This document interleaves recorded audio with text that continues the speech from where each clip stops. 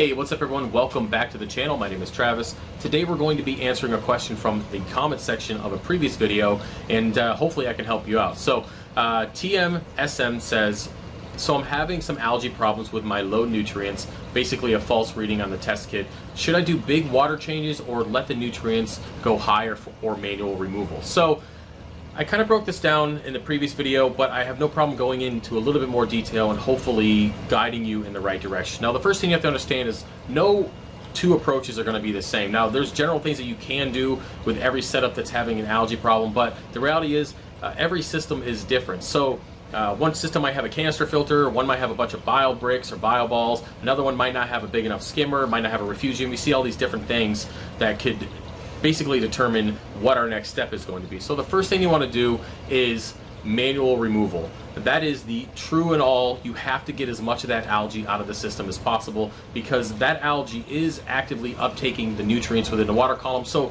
when you go to test, you're seeing a reading that's not as accurate as it should be. Now, depending on how inaccurate it is going to depend on how much algae is growing in the tank. So the first things first is manual removal. So that means you can go in there. I do offer a filter sock holder, and a lot of people use this for their tanks. You can put a filter sock in there, and you can go and siphon out the algae, cut it, siphon it however you need to do, and you can dump that water through the filter sock, collect all the algae and all the detritus, and then pour that water back into the tank. That way you can do that over and over and over again every single day without actually having to replace it with new salt water, in turn lowering the nutrients even more. So speaking of that, I would not recommend that you go ahead and continue to do water changes while there's algae actively in the tank.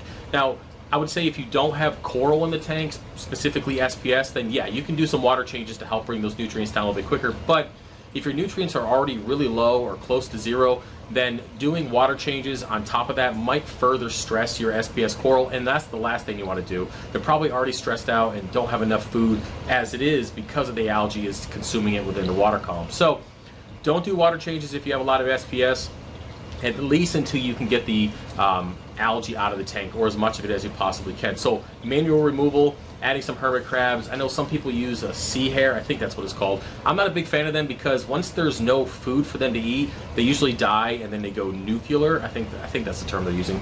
Basically, it dies, explodes, and then leaks all its contents around your tank, further causing issues. So if you want to get something like that, then by all means you can, but just make sure that you remove it once the algae is gone and find it a good home where it can continue to eat. So you can use stuff like that. I mean, if you have tangs in the tank, they will pick at the algae. They should be.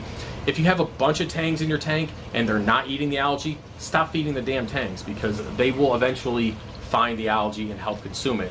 Your goal is to remove it as quickly as you possibly can because you really want to try to get an accurate reading on those test kits. That way you can determine if you need to do something else. So say you remove all the algae and in a couple days you test and your nutrients are really high. Well, at that point you need to determine where those nutrients are coming from. So I have some things here, some notes. You guys know if I'm looking down, it's because I'm looking at some notes. That way I can do it in one take.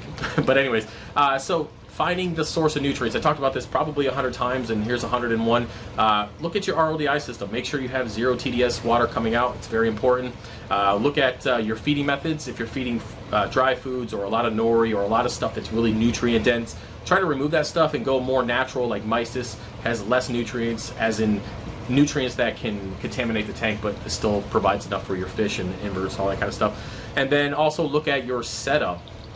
Now, what I mean by that is if you are running something like a canister filter, make sure you check it, make sure it's clean, make sure you're cleaning out the filter floss or whatever else you have in there that's collecting detritus. Also, if you have bio balls and bio bricks, and this is something that I ran into on the old, it was the system behind this one. It was actually the imported system. I had a whole bunch of those 8x8 inch by 4 inch, I think, bio bricks. I think they're marine pier.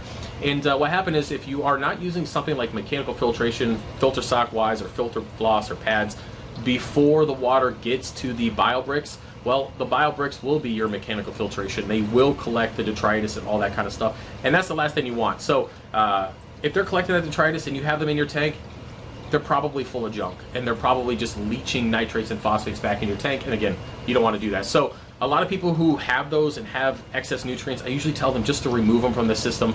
You're going to be fine. You still have rock in your tank. You're going to be good. You're not really going to have to worry about, not having enough biodiversity. You'd be surprised how a system could turn around. I know on that imported system, I removed 4 of those blocks, and all my algae and nutrient issues were gone within a matter of a couple weeks just by simply removing them alone. So consider that. Look at your setup. Make sure that you don't have any other flaws. If you don't have enough nutrient export, say your skimmer is too small, look into either going wet skim or getting a bigger skimmer. If you are not using refugium or an algae scrubber, consider getting something like that, because that will uptake nutrients, starving out the algae in the main display, in turn allowing you to have a little bit more stable or more stability within the system. So yeah, that's pretty much all I can think of things that you should be doing. But again, it's going to be different based on the setup and kind of what you have going on. But remember, your primary goal is to remove as much algae as you possibly can, because you really want to see what the real reading of nitrates and phosphates are in the tank. So I think hopefully that covers it. Let me just look down my notes, see if there's anything else I missed. Main removal, yep. Okay, I think we covered it. Yeah, guys, so hopefully that answers your question. I know I wanted to try to extend it to 10 minutes, but I don't have enough to talk about for that, so sorry for the short video today.